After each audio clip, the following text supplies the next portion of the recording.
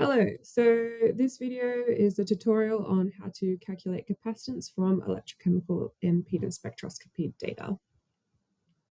So if you haven't already watched my previous video on the theory behind this, I recommend going and checking this out as it will help you through this tutorial. So this is the experimental setup used for the data that we will deal with in just a second.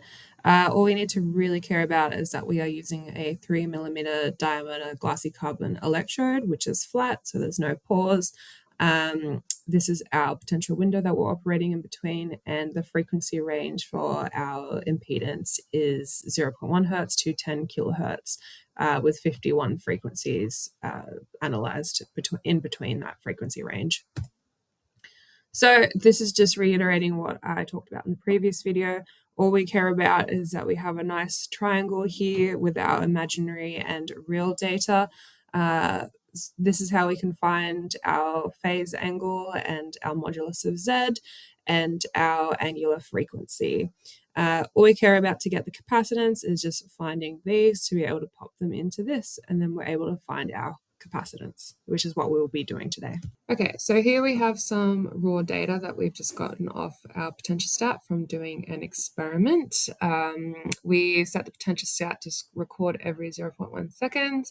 The potential window we are operating in between is minus 0.3 to 0.8 volts for the system, and the frequency range we applied our impedance over was 0.1 to 10 kilohertz, and we asked it to, over that frequency range, pick 51 frequencies.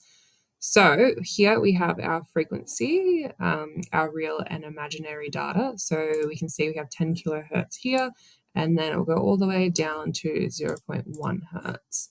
And then obviously this is the results we got from doing that. These results are done at 0.8 volts. Okay, so moving on to how to normalize your data. So as we discussed, we have a 3mm glassy carbon electrode, and since we don't have any active material, we are going to normalize our data with the amount of electroactive surface area available. So over here we have just the area of a circle, which is pi r squared, and we know that our radius, if we have a 3mm diameter glassy carbon electrode, we know that the radius is going to be 15 millimeters. So that is all that's going on here, is just the area of our working electrode. And so all we've done is just taken data from the raw data sheet and multiplied it by the area of the working electrode. And we've done the exact same for the imaginary data. So nothing too crazy. So moving on to the part where we calculate the modulus of Z and our phase angle. So as we discussed, we just form a nice easy triangle. So therefore we can use simple trigonometry and Pythagoras' theorem to find out our unknowns. So all this one here is doing for the modulus of Z, we are square rooting our real and imaginary values to the power of 2. So all this cell is doing is literally this with our real and imaginary data. Same for the phase angle. All we're doing here is the inverse of tan and just putting our imaginary over our real data here. So nothing too crazy. Okay, so moving on to the final part, I guess the most important part is calculating the capacitance. So as we discussed, we end up with the equation looking like this. So all we need to use is our angular frequency, which is 2 times pi times the frequency, which is our frequencies are along here, times by the modulus of Z. So this equation here is just done the exact same thing. So we have the modular frequency here, 2 times pi times the frequency, and the frequency is just here, and then it's being multiplied by the modulus of Z, which is being calculated in the analysis sheet. So we have now successfully calculated the capacitance for all of the frequencies, and it looks something like this when you plot it, with the x-axis being the log of the frequency.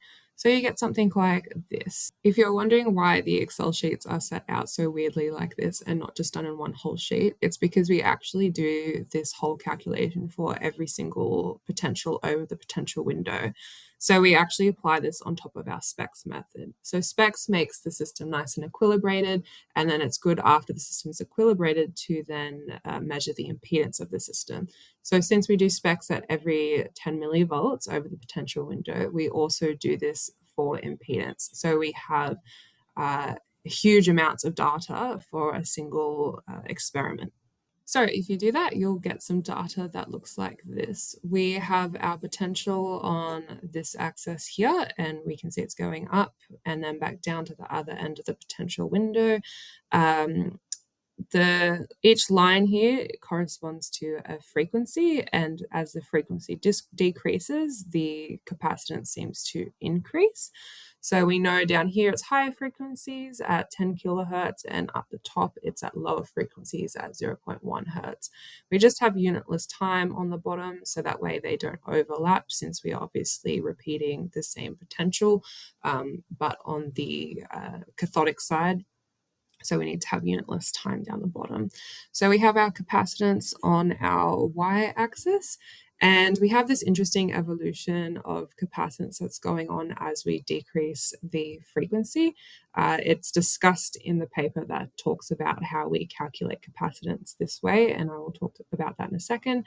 But you get an awful lot of information, and it's extremely important to check your cell at different potentials and at multiple frequencies, because as you can see, you have different behaviors occurring at both different frequencies and at different potentials. So please, it's important to do both of those things to get an accurate analysis of your system. This is the paper that I've been referring to for both the impedance videos I have made. It also goes into how you get the previous graph that we just talked about. Hopefully it helps if this video left something out, but thanks for watching.